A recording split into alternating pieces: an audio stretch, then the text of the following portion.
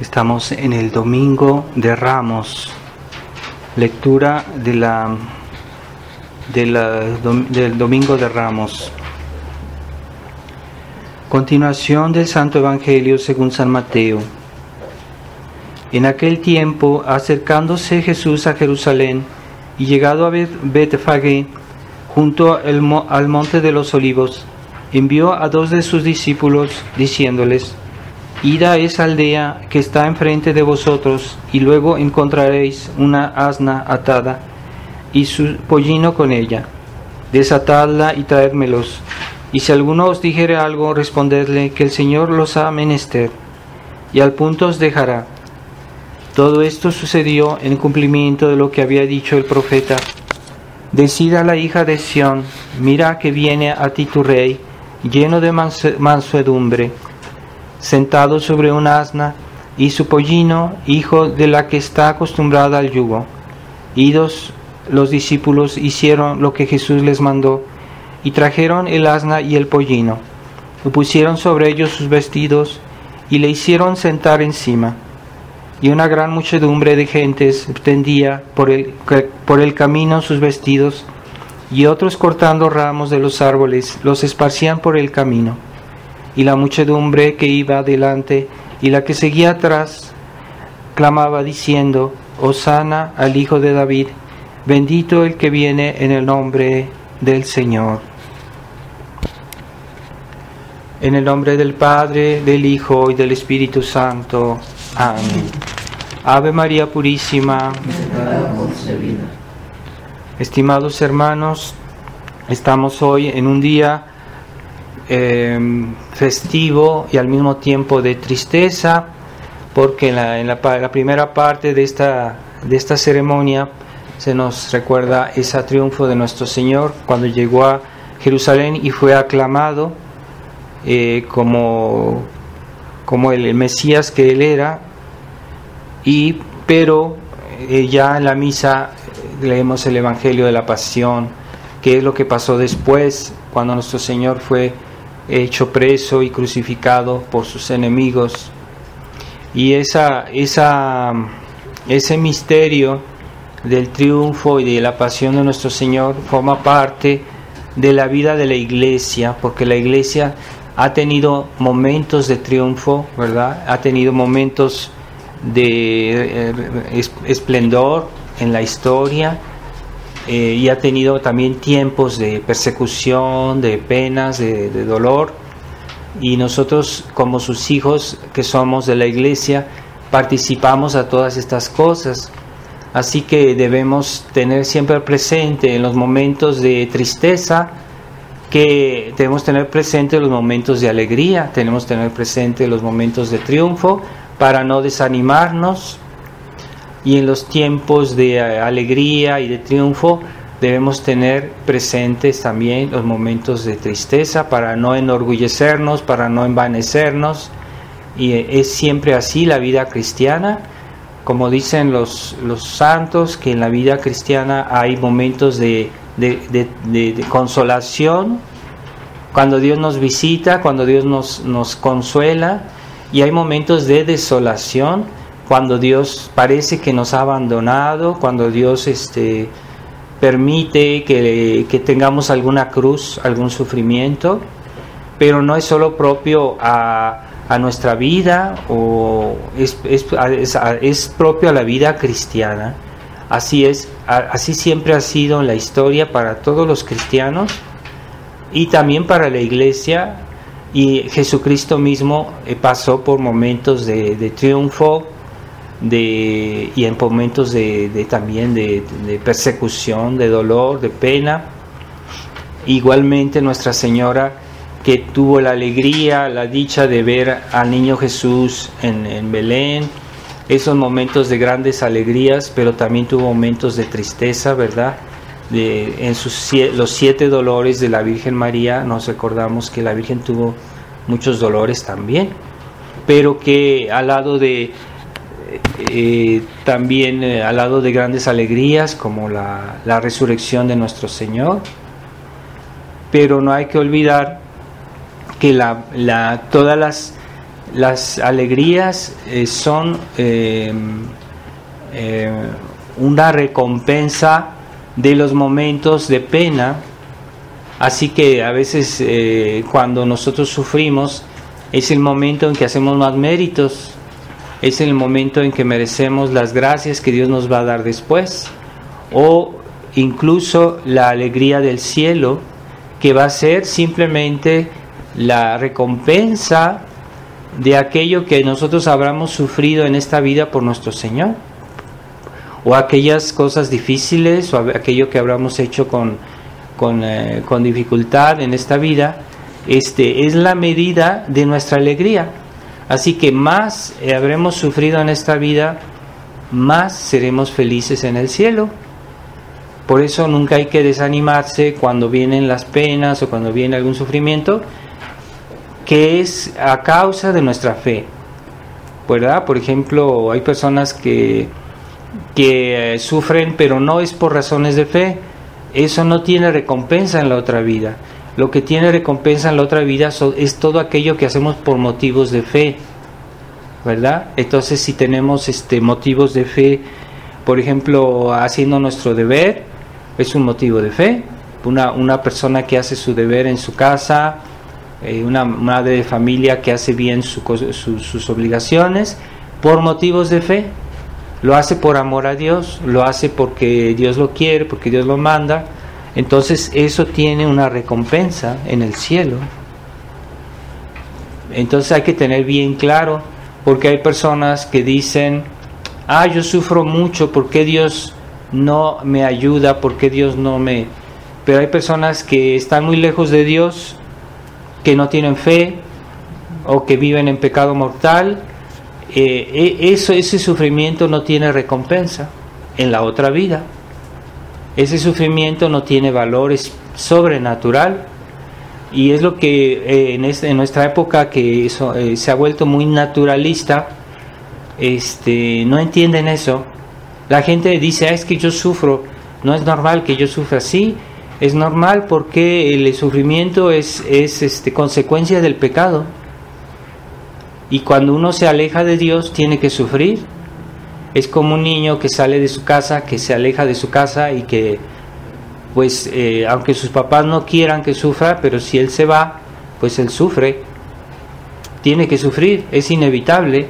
Entonces, el pecado, el sufrimiento es la paga, es la consecuencia del pecado.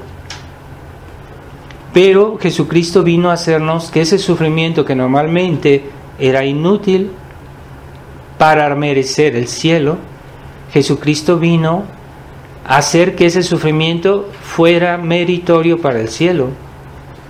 Entonces, ¿cómo haremos que nuestros sufrimientos, nuestras penas, nos obtengan gracias sobrenaturales?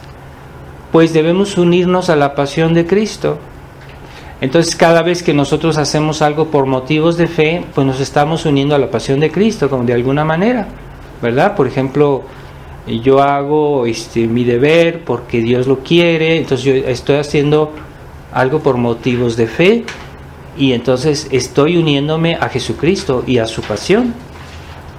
Entonces debemos tener bien claro en nuestra vida por qué hacemos las cosas, y vivir en presencia de Dios, tratar de vivir en presencia de Dios todos los días. Vivir en presencia de Dios es vivir nuestra fe, ¿verdad? Creo que Dios está presente en todo lugar. Creo que Dios está en mi alma, cuando hacemos nuestro deber, cuando hacemos su voluntad, por motivos de fe, Dios está presente. Y es lo que valoriza nuestras acciones, es lo que valoriza nuestros sufrimientos, no nada más porque soy yo, como hoy se exalta el naturalismo, la dignidad humana, o sea, que exaltó tanto el Concilio Vaticano II. No hay dignidad humana sin dignidad cristiana. La verdadera dignidad es la dignidad cristiana. La dignidad cristiana es la de aquellos que tienen la fe, que tienen la gracia de Dios, y por el hecho mismo están unidos a Jesucristo, a la pasión de Jesucristo, y sus actos tienen un valor sobrenatural. Yo no puedo merecer ir al cielo. ¿Qué es el cielo? No es otra cosa que poseer a Dios. Poseer a Dios.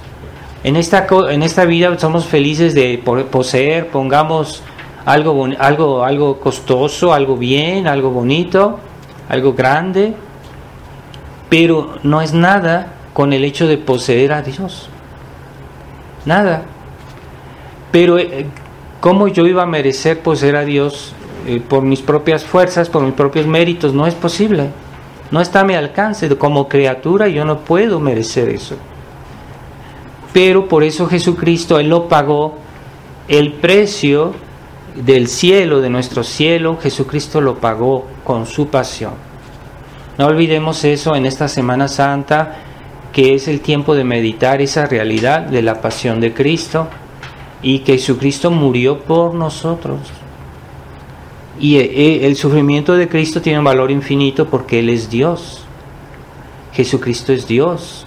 Entonces, ese sufrimiento nos merece el cielo, y es el que pagó en nuestro cielo. Él es el que pagó la gracia de nuestro bautismo. Cuando nosotros somos justificados en el momento del bautismo, Él pagó eso, se pagó. No es así como que por arte de magia. Mucha gente piensa así: sí, por arte de magia voy a misa y recibo gracias, o por arte de magia voy y me confieso y Dios me perdona. No, es que eso se pagó a un precio alto.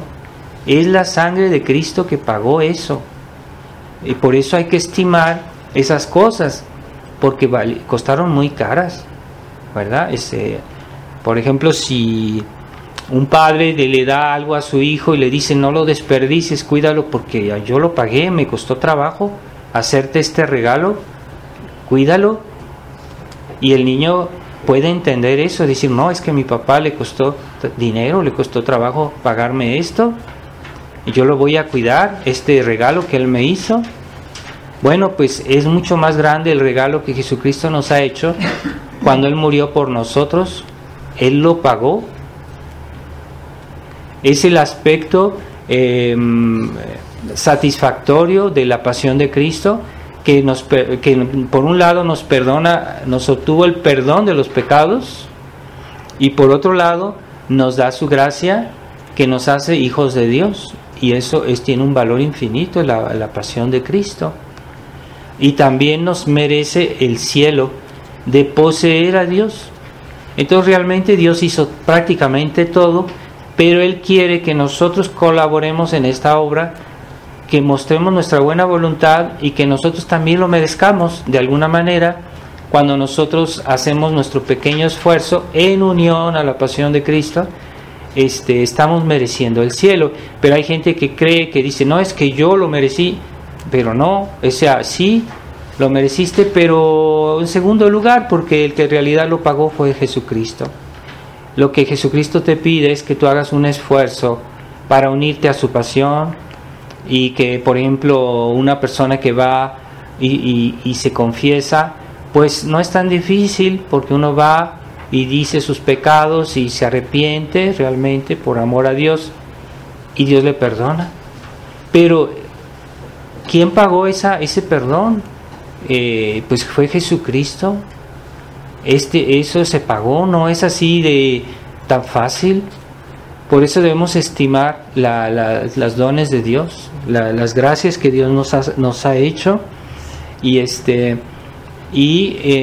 no tener ese espíritu naturalista que hoy es tan común, y que nosotros de alguna manera estamos contaminados de esa mentalidad. A veces es un reflejo.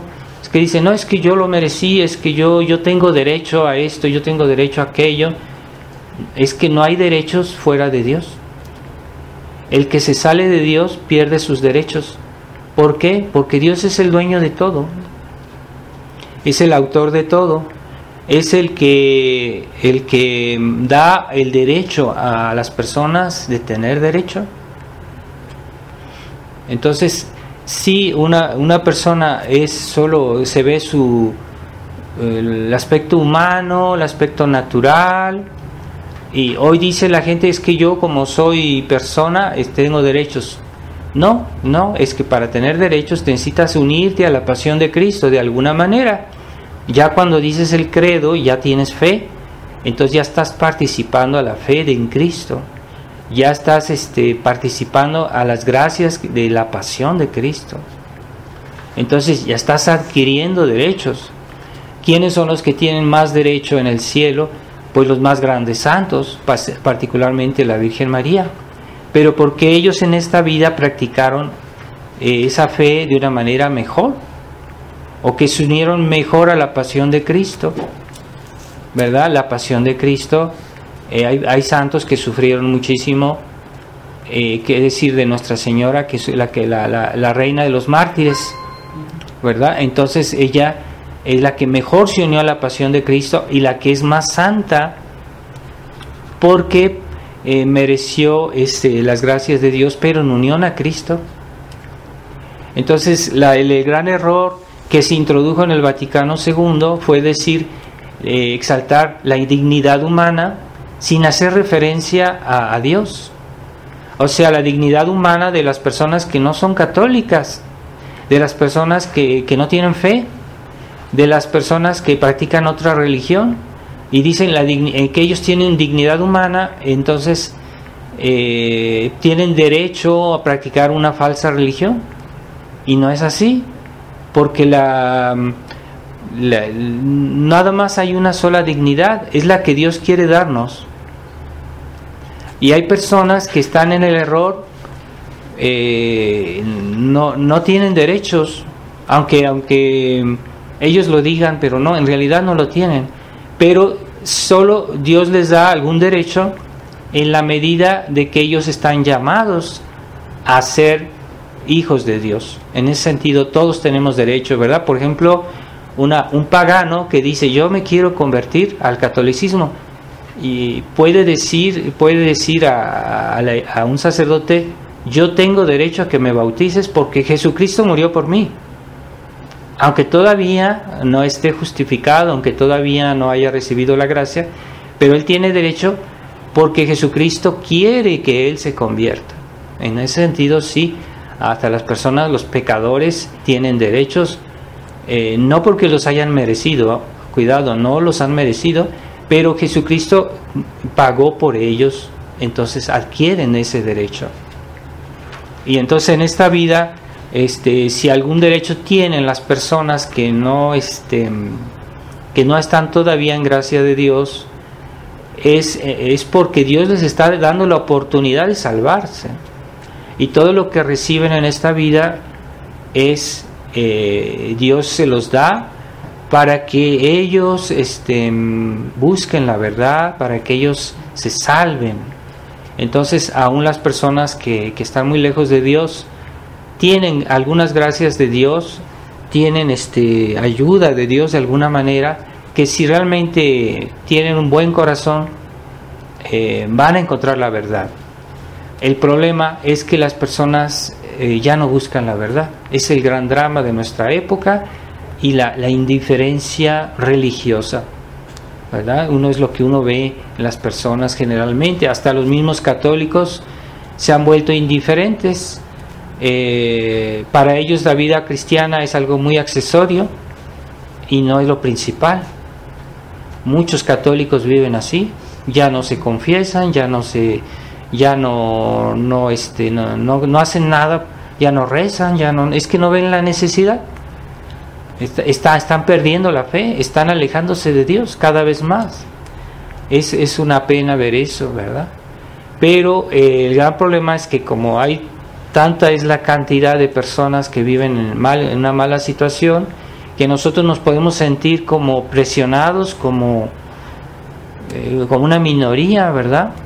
Y tener la impresión de que estamos errados o que estamos desviados, pero es solo una impresión, porque nosotros no podemos dudar de Dios, de la obra de Dios.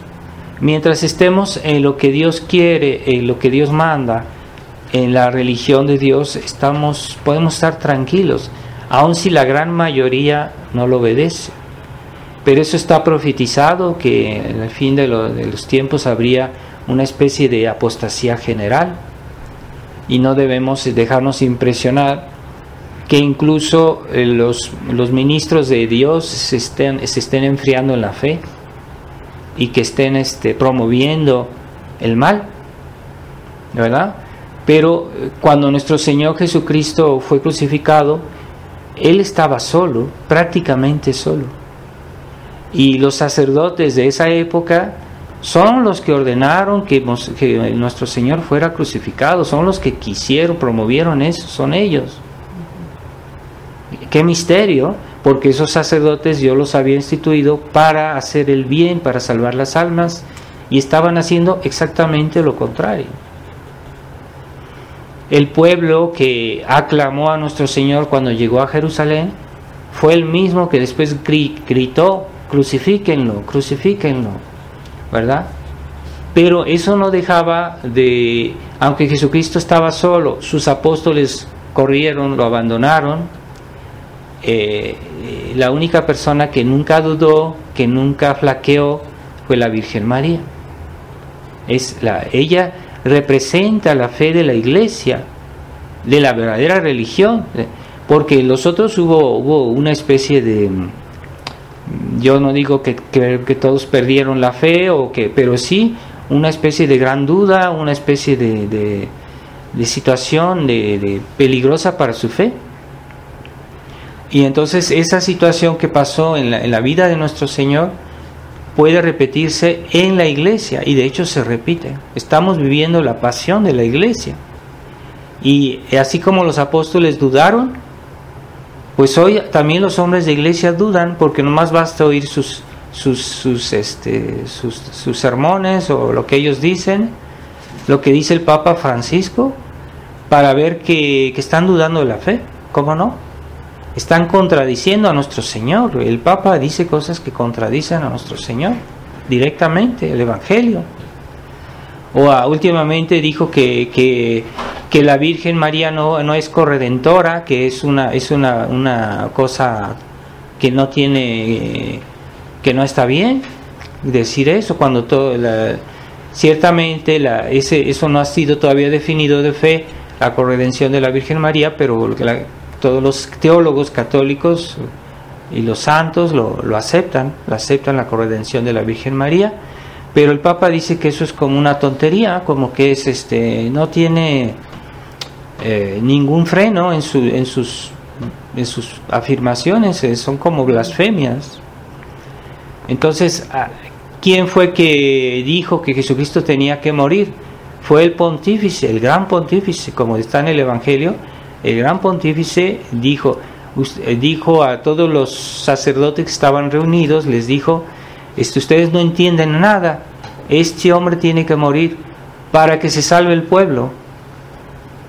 Pero el Evangelio dice que este sacerdote, que era el equivalente del Papa más o menos hoy, en el Antiguo Testamento, y el Evangelio dice que él dijo eso porque en ese momento él era sumo pontífice, y que profetizó porque era sumo pontífice, pero en el mismo tiempo estaba diciendo que Jesucristo había venido para morir por nosotros, pero su intención era otra. Simplemente decía: hay que crucificarlo, porque si no los romanos van a venir y van a destruir Israel, y entonces ustedes no entienden nada, ese hombre debe morir.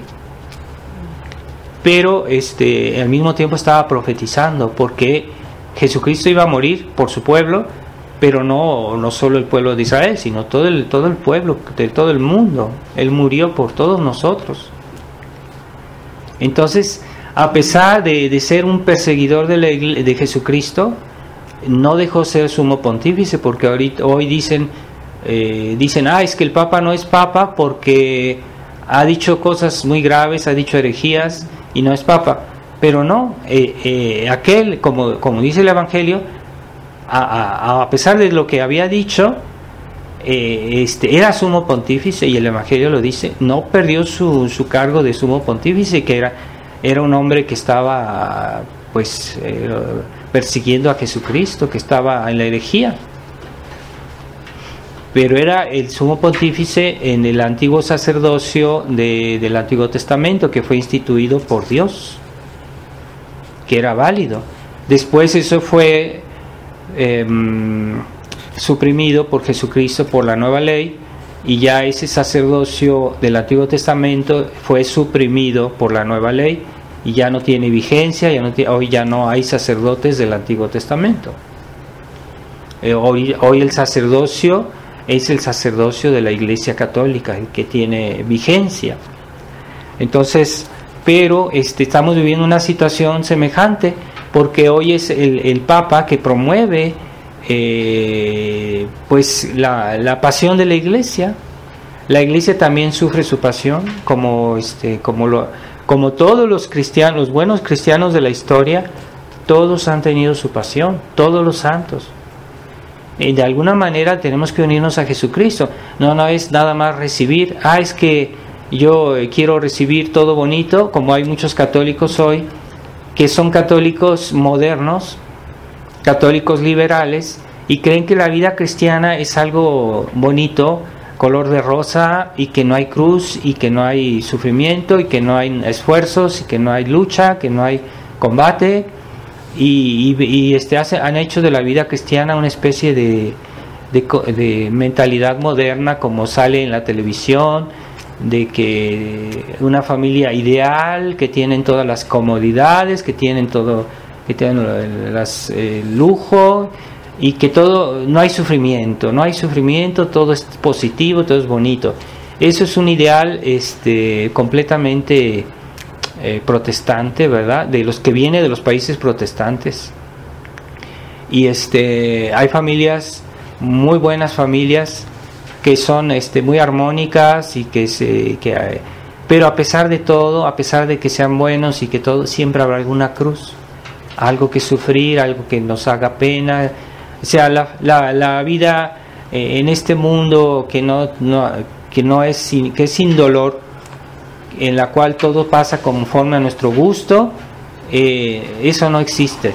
Es una ilusión. Es lo que nos han querido hacer creer hoy. Entonces muchos católicos creen en eso, y creen que pueden tener una vida como católicos en la cual no hay sufrimiento, y que todo es bonito, y que todo es agradable, y que no hay que luchar, no hay que sufrir, no hay que padecer. Y no es posible, en esta vida no es posible. Y la pasión de Cristo es necesario unirnos a su pasión para recibir el influjo de la pasión de Cristo. Debemos unirnos a su pasión de alguna manera, ¿verdad? Entonces, por ejemplo, a veces puede ser una enfermedad, pero también el deber cotidiano es pesado. Por ejemplo, una persona que tiene que ir a trabajar todos los días, que se levanta temprano, que va a trabajar, eso es pesado, es sufrimiento, porque cuesta, pero tiene que hacerse en espíritu cristiano, porque si no lo hacemos en un espíritu cristiano, se disminuye el mérito, no es tan meritorio. Una persona que va a trabajar porque quiere ganar su salario, pero no piensa en ofrecer eso a Dios, como lo hizo San José. San José todos los días trabajaba, pero era en presencia de Dios, por amor a Dios. Cada clavo que ponía San José era por amor a Dios. Entonces, cuando una persona que es católica no ofrece su día, cuando se levanta, a decir: Dios mío, todos mis actos de hoy te los ofrezco para ti, para tu amor, por tu servicio, para tu gloria. Entonces todos sus actos que él hace en ese día adquieren valor, porque están ofrecidos y tienen mérito sobrenatural. Pero sí hay católicos que no rezan, no tienen la idea de levantarse y hacer la ofrenda del día. No rezan en la mañana, no rezan en la tarde, no rezan en la noche, no dicen su rosario. Y cuando dicen su rosario es como si hubieran levantado una piedra de 1 tonelada, y la dicen de vez en cuando y creen que están bien, pero no, es que el rosario todos los días, sin falta. y las oraciones de la mañana y de la noche. Eso es lo mínimo. Es lo mínimo. En la vida cristiana yo considero que es lo mínimo. Se debería rezar más. No debe ser, si uno dice voy a hacer lo mínimo, es porque uno lo hace a fuerza. Y cuando uno reza más de lo mínimo, es porque uno lo hace con gusto. Entonces hay personas que encuentran el tiempo de rezar más, porque para ellos es un placer rezar. Pero cuando uno hace lo mismo es que porque lo hace por obligación, por necesidad. Entonces eso no tiene tanto mérito. Es algo que lo hace uno por cumplir, ¿verdad? Como aquellos que van a misa por cumplir y están mirando el reloj a ver a qué hora se acaba la misa. Entonces, ciertamente en esa situación sus méritos son menores, pierden méritos. Pero a veces no es tan difícil tener mucho mérito en una acción, basta hacerla bien. Por eso, cuando hagamos algo, hagámoslo bien, con mucho amor a Dios. Cuando uno le enseña a un niño a besar una imagen de la Virgen con mucho amor, ese pequeño acto tiene mucho valor porque es hecho con intensidad. Entonces, cuando nosotros abrazamos nuestros sufrimientos, nuestra cruz, lo hacemos con gusto, sin quejarnos, sin hacer reproches a Dios. Dios mío, ¿por qué yo sufro esto? ¿Por qué esto? ¿Por qué aquello? Como si Dios nos estuviera haciendo un daño. Los santos agradecían a Dios sus cruces. Le agradecían porque es una oportunidad de merecer, de santificarse, de recibir nuevas gracias. Entonces hay santos que agradecían, pero ¿quién de los católicos modernos, liberales, va a darle gracias a Dios porque les envió una pena o porque les envió una cruz? Pues no lo van a hacer, al contrario, se quejan o ciertamente a veces nosotros podemos hacer partícipes a nuestros prójimos de nuestros sufrimientos para que el apoyo que tenemos entre nosotros nos facilite llevar la cruz, pero no es por quejarse, sino es un apoyo moral que a veces entre familia uno se apoya cuando uno sufre, los otros lo apoyan, los otros lo sostienen, y eso es algo bueno, es algo cristiano, pero no es por rechazar la cruz, sino para sobrellevarla mejor, y eso no tiene nada de malo. Lo malo es cuando uno se queja de la cruz como haciendo un reproche a Dios, y eso pierde mucho mérito. Entonces en esta época hay que tener muy claro que el hombre moderno ha perdido el sentido de la misa. Tiene 4 fines, ¿verdad? Dar gloria a Dios, obtener pues dar gracias a Dios de todo lo que Él nos da, y también de pedir perdón de nuestros pecados, y al último es el de pedir otras cosas, lo que queramos pedir, ¿no? Pero primero está la gloria de Dios, ¿verdad? Entonces hay que tener claro en esta mente que esa cruz nos obtiene eso que pedimos en la misa, ¿verdad? Y cada vez que sufrimos, estamos expiando, ¿verdad?, nuestros pecados, y estamos dando gloria a Dios. Y eso es algo que es muy importante para nuestra santificación y es en base a eso que Dios va a salvar el mundo, porque Dios quiere quiere poner solución a los problemas espirituales de los hombres, también a los problemas temporales, por ejemplo el sufrimiento, las enfermedades. También Dios quiere poner solución a eso. Dios quiere acabar con todo el sufrimiento, los males de este mundo. Dios quiere acabar con todo eso, pero se necesita antes un tiempo de expiación, y ya después la otra vida no va a haber nada de eso. No va a haber ni enfermedades, ni sufrimiento, ni cansancio, ni nada que nos dé alguna pesadumbre, ningún sufrimiento. Todo va a ser hermoso, en el cielo. Es lo que realmente Dios quiere, pero en esta vida Dios quiere que pongamos orden en nuestra vida, y por eso la cruz es el medio para ordenar nuestra vida. Y es lo que el hombre moderno no entiende. Cree que no ve la necesidad de hacer un acto de reparación a Dios. Es, por ejemplo, si yo tengo un amigo y lo ofendí, le dije una ofensa, y yo quiero que él siga tratándome igual, pero este amigo está ofendido, está dolido por lo que yo le dije. Esa situación no se va a arreglar hasta el día que yo voy y le digo: discúlpame, cometí un error, tú tienes la razón, yo hice esto algo malo. O el día que yo le robé a alguien una cosa importante y yo dije: pues esta situación no se va a arreglar hasta el día que yo le regrese lo que yo le robé, ¿verdad? Es reparación. Entonces con Dios es igual. Es necesario que hagamos reparación de los pecados.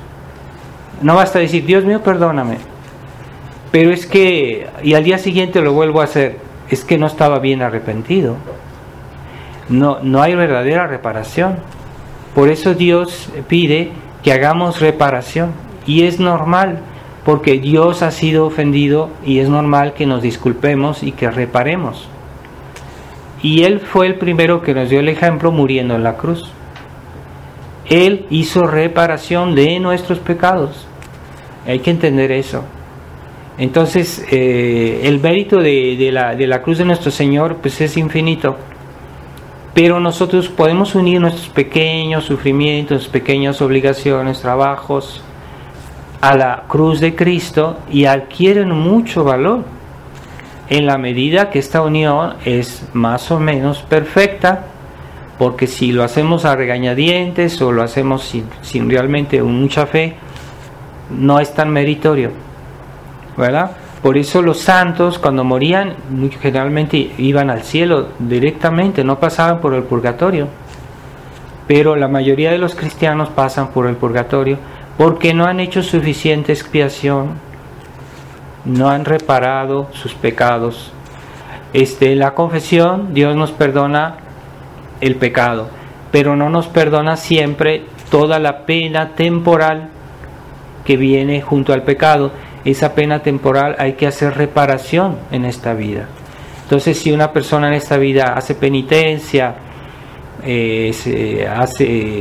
lleva bien su cruz, hace actos de contrición, su purgatorio va a disminuir, pasará mucho menos tiempo en el purgatorio, en la medida que purifiquemos nuestro corazón y que hagamos reparación a Dios. Porque Dios no es como nosotros, no es como mi amigo que yo le pido disculpas. Es que mi amigo es igual a mí, es un ser humano. Mientras que Dios es infinito, la reparación que hay que hacer a Dios es mucho mayor. Y Él vino Él mismo a ayudarnos a hacer reparación. Él vino a ayudarnos porque Él es Dios. Él nos facilitó las cosas, por eso murió en la cruz. Pero nosotros debemos hacer reparación, y a veces se necesita mucho tiempo para reparar ciertos pecados que hemos hecho, y a veces toda la vida debemos pedir perdón a Dios de nuestros pecados. Y no tengamos la idea falsa de que yo, por ejemplo, hice muchos rosarios. No es suficiente, hay que decir bien los rosarios. Eso es lo que hace más reparación, cuando nosotros hacemos una oración con todo nuestro corazón, con todo nuestro amor, con toda nuestra caridad. Esa es la oración que tiene más reparación, porque es la intención que cuenta delante de Dios. Entonces está bien que hagamos muchos rosarios, pero ante todo que nuestra intención sea pura, que nuestra caridad sea ardiente, que nuestra fe sea profunda, que nuestra esperanza sea ilimitada, porque Dios es Dios. Y así todas las virtudes, ¿verdad? Todas las virtudes, si las llevamos bien a cabo, tienen más valor. Hay gente que piensa que todo es cumulativo. Es que yo dije muchos rosarios, es que yo hice decir muchas misas, está bien, no está mal, no es algo malo, pero antes que hacer las cosas en número, hagámoslas en calidad, y es lo que tiene más valor, ¿verdad? Un acto de caridad bien hecho, como dice, me parece San Pablo, perdona una multitud de pecados, ¿verdad? La caridad, hagamos actos de caridad ardientes, entre más ardientes mejor, y a veces un solo acto de caridad puede obtener grandísimas gracias. ¿Quiénes son los santos más grandes? Pues los mártires, pero ellos tuvieron un acto de caridad muy intenso, en un momento, puede ser en unos segundos, un instante, pero fuera tan intenso ese acto de caridad que cuando dieron su vida por el amor a la verdad de Dios, a la fe, llegaron a ser santos en unos segundos, porque dieron su vida. Entonces cuenta mucho la intensidad de nuestros actos. No nos fijemos tanto en el número, que hoy estamos contaminados de naturalismo, de materialismo, y nos gusta la cantidad. Es que somos muchos, es que hacemos muchos actos, hicimos muchas cosas. No, lo que cuenta delante de Dios sobre toda la pureza de la intención, y eso es lo que hace más reparación. Así que la Beata Imelda, que era una niña que llegó a ser, era una santita, se santificó con una sola comunión, pero la hizo tan bien que murió poco después de su comunión de amor, murió de amor. Y esa niña no sé si ya está canonizada, pero era beata hasta el momento dado, y esa niña con una sola comunión, fue su primera comunión, y se santificó, porque esa comunión estaba muy bien hecha. Entonces, hay personas que siempre ven la cantidad, pero hay que ver primero la calidad de nuestros actos. Por eso, cuando ustedes recen con fervor, y hagan actos profundos de amor, a veces no es tan difícil. Lo que cuenta es la intención delante de Dios, y es lo que más le agrada, ¿verdad? Como cuando un niño hace un regalo a su papá, ese regalo no vale nada, pero su papá lo estima porque ese niño lo da con su corazón.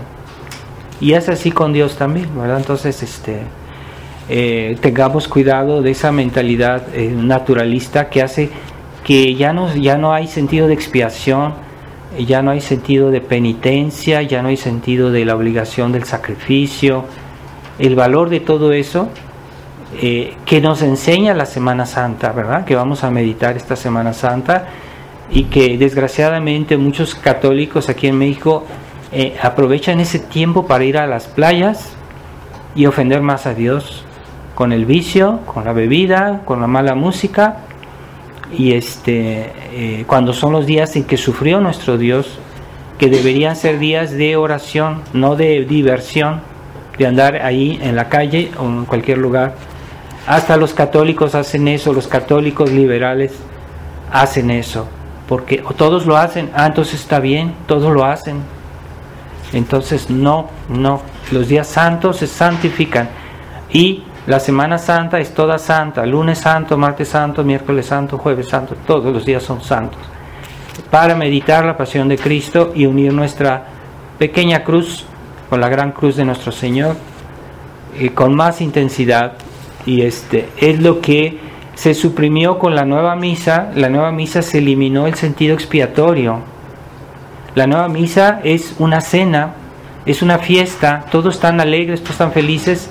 Ya no se habla tanto de la cruz, se ha disminuido el valor, y la misa, antes que una cena, es el sacrificio de Cristo que se renueva. Y si decimos lo contrario, somos protestantes, porque los protestantes, para ellos la misa no es un sacrificio, para ellos la misa es solo una cena.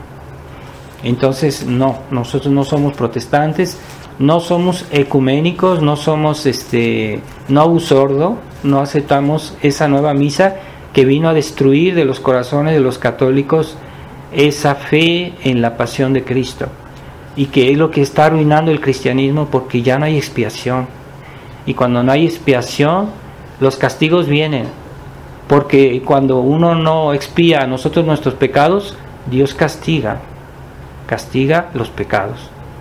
Así que es el gran pecado del clero modernista, es haber hecho olvidar a los fieles que es necesaria la expiación en nuestra vida cristiana, es necesaria.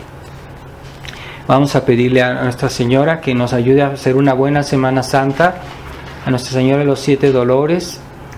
Y recordemos que Monseñor Lefebvre, él siempre insistió en el valor de la misa, pero él insistió, nos decía también que antes que la misa está la fe, porque nosotros no podemos hacer expiación, no podemos creer en la misa si no tenemos la fe, y no podemos hacer nada en la vida cristiana si no tenemos la fe. Así que primero están los principios y la fe, y entonces ya podemos aprovechar la misa, recibir las gracias de la misa. Pero aquellos que no tienen los principios, que no tienen la fe, no pueden recibir las gracias de Dios, ¿verdad? ¿Y para qué hizo Dios su sacrificio? Para que participáramos a su verdad. En el cielo nosotros participamos a la verdad de Dios, porque Dios es la verdad, y en el cielo tenemos la posesión de la verdad, que es Dios mismo. Entonces la verdad es antes que la misa, y la misa está hecha para la posesión de la verdad. Jesucristo murió para salvarnos, para que pudiéramos ir al cielo. Entonces la finalidad es la verdad divina a la cual estamos llamados a poseer. Ave María Purísima, sin pecado concebida. En nombre del Padre, del Hijo y del Espíritu Santo. Amén.